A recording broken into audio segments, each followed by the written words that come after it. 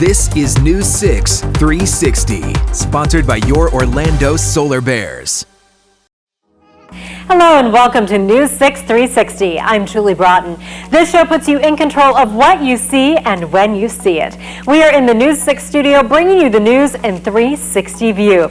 This week we are honoring Black History Month, highlighting the positive things being done by African Americans, especially here in Central Florida. It's part of our initiative rooted in Central Florida. So swipe on over to Bree right now for a story about a group of artists celebrating one town's history and unity through art. Julie, the town of Eatonville is on the rise, and it's all part of the town's new mural project.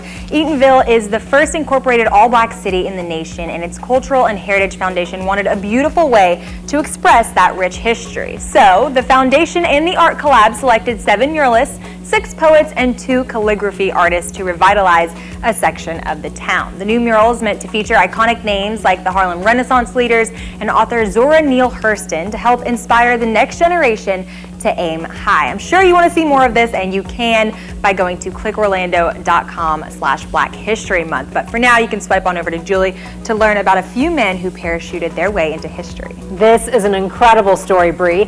We're talking about the 555th Parachute Infantry, also known as the Triple Nickels. They are the first all-black paratrooper unit during World War II. And the last living member of that unit lives right here in Central Florida. Veteran Jordan Corbett was 20 years old when he was drafted into the military, and after 2 years, he was selected for Operation Firefly. We thought we were going to Japan. Of course, we did meet Japan in a way because they were sending incendiary bombs by the jet streams. That's how we became smoke jumpers. Part of their mission was to disarm and destroy any unexploded devices by jumping into a burning forest. The operation was kept secret to trick the Japanese into thinking their strategy was working. Now, 75 years later, Corbett says he has not forgotten that jump or the men who followed him down. How could you, right? What a story. And Julie, there are also a number of places here in Central Florida where people can go to learn more about Black history.